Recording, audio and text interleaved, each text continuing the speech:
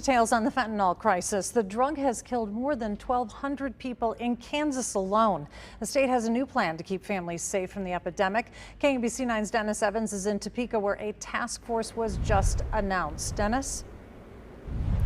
Yes, the press conference wrapped up just a little bit ago here at the KBI. It was to announce the task force, which is entitled JFIT. That stands for Joint Fentanyl Impact Team, and that's going to include the task force members of several different agencies, from the KBI to Homeland Security, as well as the Kansas Highway Patrol. The task force is going to step up efforts in the state to combat what they are calling a fentanyl epidemic. Now, as a part of this, there's going to be canine officers. 4 were introduced today. They'll be used to search for drugs coming into and out of the state, whether it's through the mail or on planes or cars. The goal is just to get fentanyl off the street to save lives, and they say this is just the first step in that direction.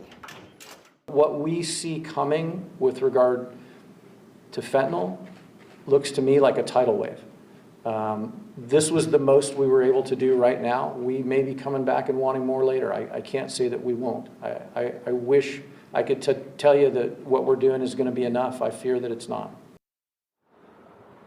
Well, they wanted to make sure that everyone knew that this was done outside of the KBI budget. This was money that came from somewhere else. These numbers staggering. They said a 900% increase in deaths from fentanyl in the state. And they said the ingredients to make fentanyl are not here in Kansas. The pills are not made here. They are coming from outside of the state. So they want to do everything they can to try to stop those pills from getting in and save lives. And they say a huge part of that is educating the public not to buy pills that are off market. If it did not come from a doctor, if it does not come directly from your pharmacist, they say it's not a pill that you should be taking.